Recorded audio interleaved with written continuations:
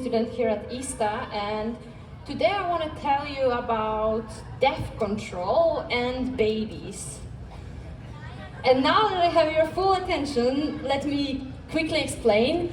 So, what I do. First of all, we are not playing Dr. Frankenstein here.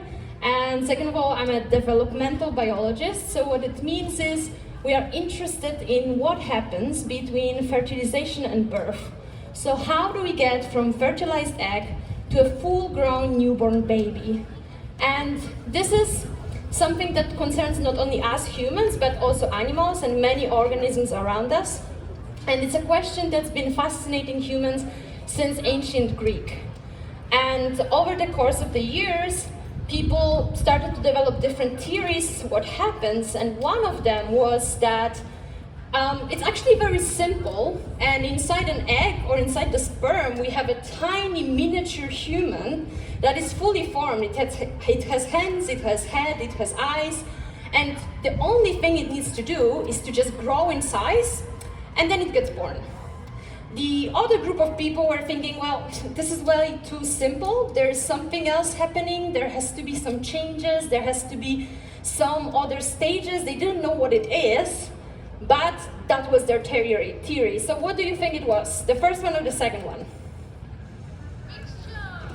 I wouldn't be standing here if it was the first one, right? Because it's too simple. So actually it's the second one, and over the course of a few hundred years, we've actually learned quite a bit about it. And what we do know now is that what happens is that we go from one single cell that can do anything, we go through an embryo that is built from the cells, and then we get to a baby. And what the embryo has to do, it has to grow in size, of course.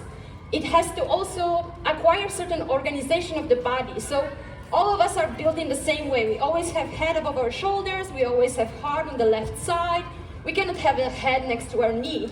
So it has to acquire certain organization, certain shape, and it also has to produce all of the tissues that we need. So we need the heart, we need the lungs, we need our liver and our brain, of course.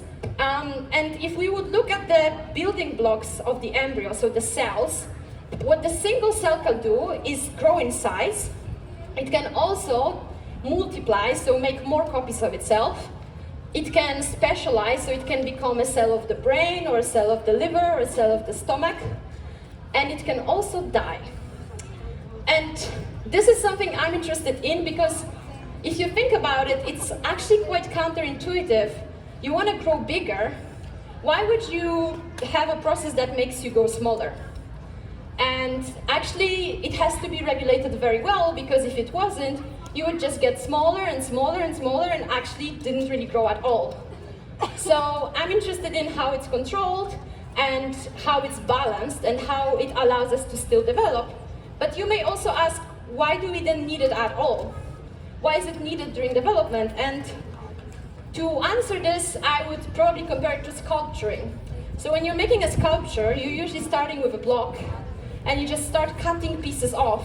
And this is how you make a sculpture, and it's easier than just making something from scratch and building it up. And this is what happens, for example, when we develop our hands. So our hand, during development, it actually starts as just a blob, and then in order to form our 5 beautiful fingers, some cells have to die and then make space between the tissue so that we have fingers formed. And this is important, and it's important to study, of course, to understand developmental defects and to understand some congenital disorders. But it's also important because if you think about it, at some point we stop growing. We cannot tie our shoes without bending because our hands stop to grow at some point. We cannot reach to the top of the tree because our legs stop to grow. And it's just a normal thing. But there are certain processes where this doesn't work very well.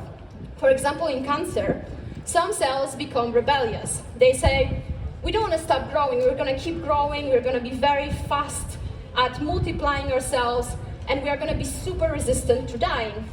And through this process, they form tumors. And if we understand how to control cell death and how to maybe cause it, then we can help to fight tumors and cancers and cause them to shrink and disappear. And I hope I persuaded you that learning how to control death is very important, both for the babies and for us all. And thank you for your attention.